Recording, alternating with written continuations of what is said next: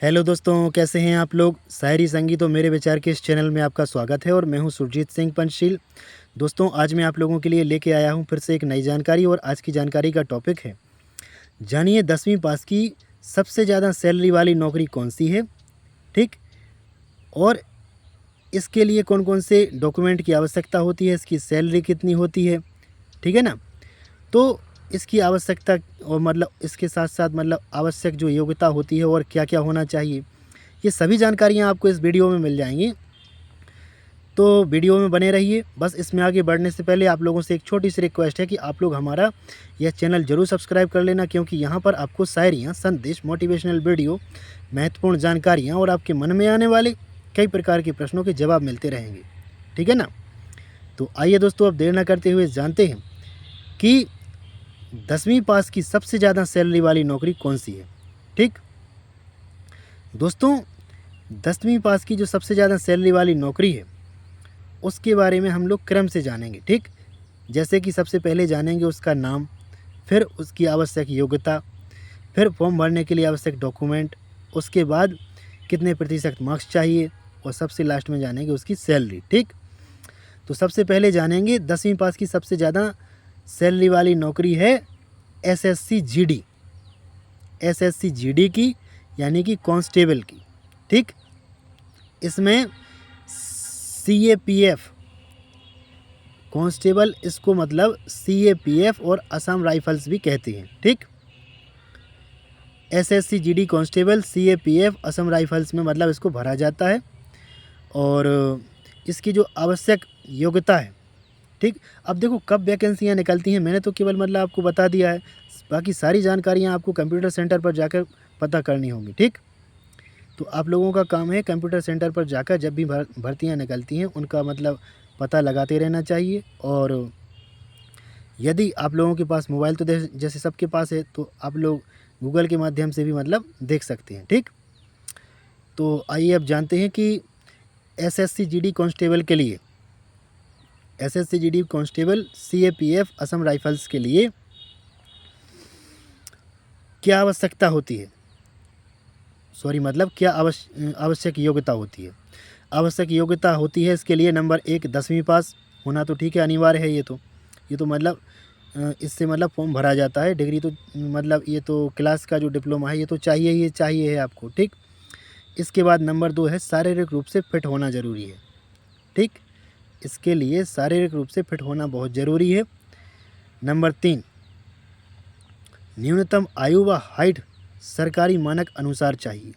याद रखिए, न्यूनतम आयु व हाइट सरकारी मानक के अनुसार चाहिए। जो मतलब जब भर्ती निकलती है तो उसका एक विज्ञापन निकलता है। ठीक, उसमें लिखा रहता है कि न्यूनतम कितनी आयु चाहिए, कितनी हाइट चाहिए। ठीक, तो मानक के अनुसार मतलब विज्ञापन के अनुसार। ठीक, इसके बाद हम लोग जानेंगे कि फॉर्म भरने के लिए आवश्यक डॉक्यूमेंट इसके लिए कौन कौन से चाहिए होते हैं।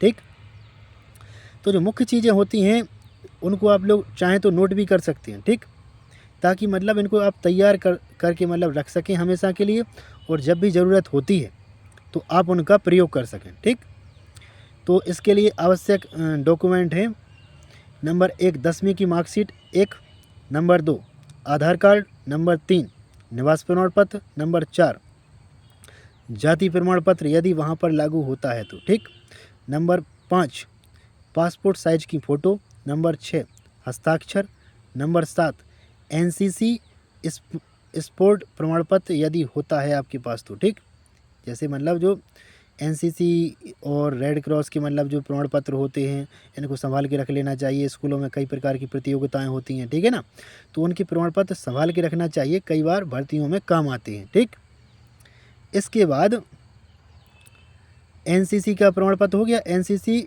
या फिर स्पोर्ट प्रमाण पत्र यदि होता है तो ये रख लेना चाहिए। ठीक, संभाल कर।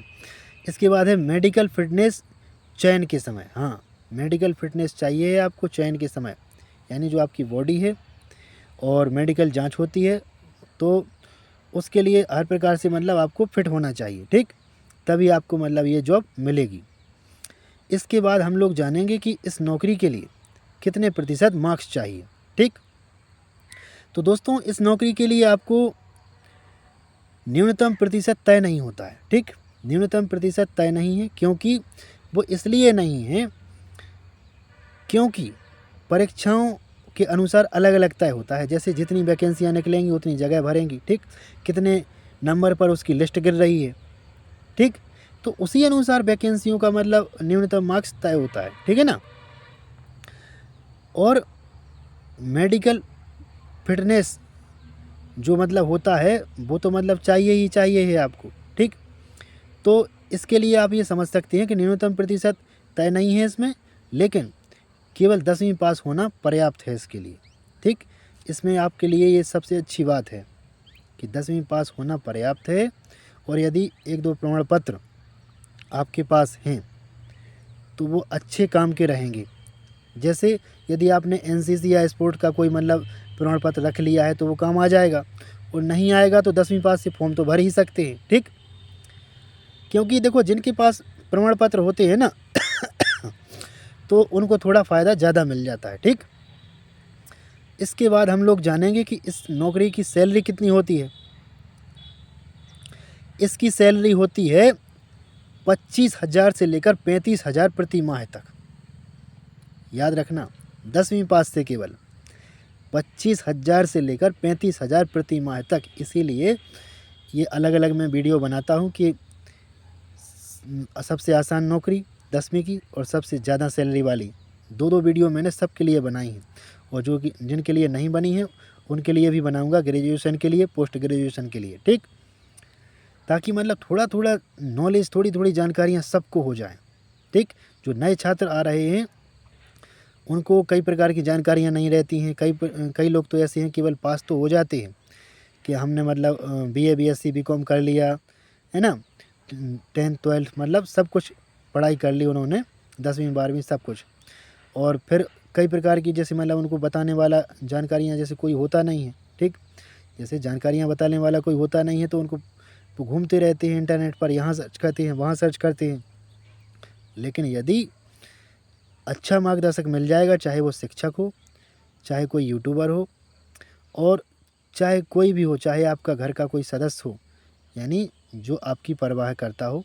ठीक, तो वो आपको बता सकता है। यदि मार्गदर्शक टाइम से नहीं मिलता है तो कई बार समय भी खराब हो जाता है और लोग समझ नहीं पाते हैं कि हमें क्या करना चाहिए। ठीक, तो इसकी जो सैलरी है SSC GD कांस्टेबल की, इसकी सैलरी शुरुआत से लेकर 25,000 से लेकर 35,000 प्रति माह तक मिलती है, और भत्ते अलग से मिलते हैं। याद रखना, तो ये 40,000 तक पहुंच जाती है। याद रखना, 10वीं पास से केवल भत्ते अलग से मिलते हैं। DA HRA और रिस्क अलाउंस भी अलग से मिलता है। ठीक, जो DA मिलता है, HRA मिलता है, और जो रिस्क अलाउंस होता है वो अलग से मिलता है। ठीक, तो दोस्तों हम लोगों ने आज की वीडियो में जाना है कि 10वीं पास की सबसे ज़्यादा सैलरी वाली नौकरी कौन सी है। SSC GD कांस्टेबल की है। और इसके बारे में जो आवश्यक योग्यताएं हमने बताई हैं, इसको जल्दी जल्दी यदि आप लोग चाहें तो फिर से सुन लीजिए। आवश्यक योग्यता है इसके लिए 10वीं पास, शारीरिक रूप से फिट होना, न्यूनतम आयु व हाइट सरकारी मानक के अनुसार चाहिए। फॉर्म भरने के लिए आवश्यक डॉक्यूमेंट चाहिए। ठीक, 10वीं की मार्कशीट होना चाहिए, आधार कार्ड, निवास प्रमाण पत्र, जाति प्रमाण पत्र, पासपोर्ट साइज फ़ोटो, हस्ताक्षर, NCC स्पोर्ट प्रमाण पत्र। ठीक, और मेडिकल फिटनेस चयन के साथ होना ज़रूरी है। ठीक, इसके बाद कितने प्रतिशत मार्क्स चाहिए हैं, तो इसके लिए कोई प्रतिशत तय नहीं है, क्योंकि वो परीक्षाओं के आधार पर तय होता है। ठीक, और 10वीं पास होना लेकिन अनिवार्य है। ठीक, और सैलरी है इसकी लगभग 25,000 से 35,000 तक प्रति माह है, और भत्ते अलग से मिलते हैं, DA HRA रिस्क अलाउंस अलग से। ठीक, तो दोस्तों ये थी 10वीं पास की सबसे ज़्यादा सैलरी वाली नौकरी की जानकारी। तो जानकारी कैसी लगी आपको बताना ज़रूर, और जुड़े रहिए, सीखते रहिए। धन्यवाद। आप सभी का दिन मंगलमय हो। मिलते हैं कल नई जानकारी के साथ। धन्यवाद।